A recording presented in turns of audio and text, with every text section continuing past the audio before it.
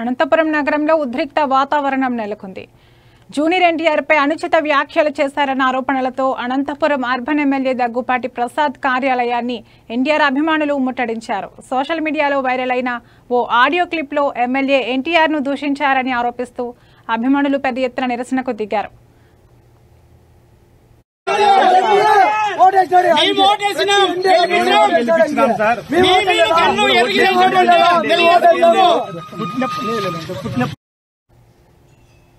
నగరంలోని శ్రీనగర్ కాలనీలో ఉన్న ఎమ్మెల్యే కార్యాలయం వద్దకు భారీ సంఖ్యలో చేరుకున్న అభిమానులు ఆయనకు వ్యతిరేకంగా నినాదాలు చేశారు. బహిరంగంగా క్షమాపణ చెప్పాలని డిమాండ్ చేస్తూ కార్యాలయం ముందున్న ఫ్లెక్సీలను చించివేశారు. తమ ఓట్లతో గెలిచి తమ అభిమాన హీరోనే దూషిస్తామంటూ తీవ్ర ఆగ్రహం వ్యక్తం చేశారు.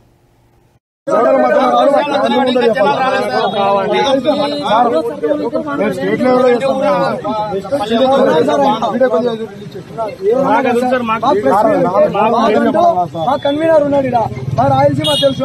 వాళ్ళ ముందర మా ఫ్యాన్స్ కొంతమంది పెట్టుకుని క్షమాపణ కోరితే ఓకే సార్, ప్రెస్ మీట్ ముందర బహిరంగంగా చెప్పాలా. మాకు ఈ రాజకీయ పరంగా ఎటువంటి సంబంధం లేదు. మనం రాజకీయాలు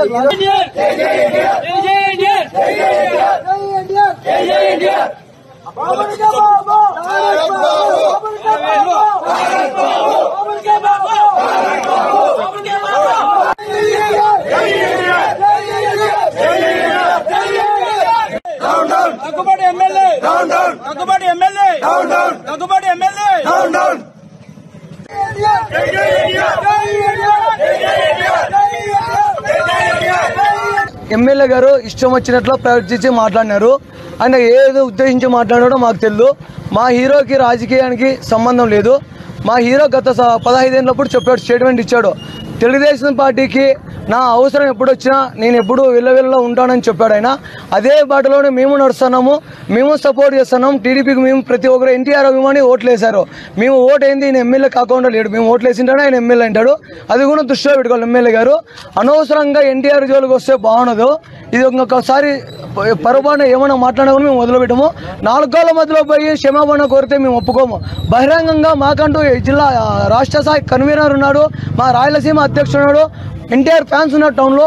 వాళ్ళ ముందర వచ్చి ప్రెస్ మీట్ పెట్టి ప్రెస్ మీట్ ముందర ఆయన క్షమాపణ కోరాలని మేము కోరుకుంటున్నాం.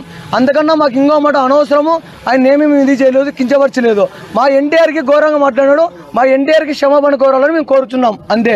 అనంతపురం జిల్లా శ్రీనివాసులు దగ్గుబాటి ఎమ్మెల్యే గారు ఎన్టీఆర్ని ఇలా దారుణంగా మాట్లాడడం తప్పు.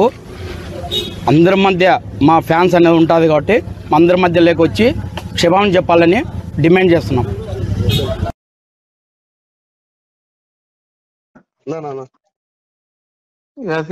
అది త్రివేణి అన్ని మొత్తం అన్ని థియేటర్లు పెట్టినారా ఫ్యాన్స్? మనల్ని మాట్లాడారా రాము వీళ్ళంతా ఓకే చేశారా? అప్పుడే వాళ్ళ అంటే మనం ఏం లేదా వాళ్ళే మాట్లాడుకున్నారు. మనం ఆ రోజు మాట్లాడేది అయితే వాడు ఇయ్యలేదు నా శాంతి థియేటర్ ఇమ్మంటే ఇయ్యలేదు. గలాట జరిగింది నా వాడితే ఏం అనేది వేయలేదు నా. ఇచ్చినారు ఇప్పుడు త్రివేణి గౌరీ కాంప్లెక్స్ పర్మిషన్ నా పర్మిషన్ గవర్నమెంట్ ఇచ్చింది. అది పర్మిషన్ లేవు, పర్మిషన్ లేవు, పర్మిషన్ లేవు, ఆపిస్తున్నా. ఎందుకులేనా మనకి బాగానే మధ్యంగా వాడు జూనియర్ గానే ఆపిస్తున్నా. ఇప్పుడు ఎందుకు కానీ మనకి నాకే నాకు అవసరమే కదా. అవసరమే లోకేష్ ఎట్లు పెట్టుకుంటాడు లంజా కొడుకోడు. మనమైతే దాంట్లో ఆ విషయంలో అయితే మనమైతే ఆపోజిట్ నువ్వు చెప్పినట్లు బుద్ధ మూసుకుంటావు. పూక నువ్వు ఎట్లా ఎట్లేపిస్తావు నువ్వు కార్ది?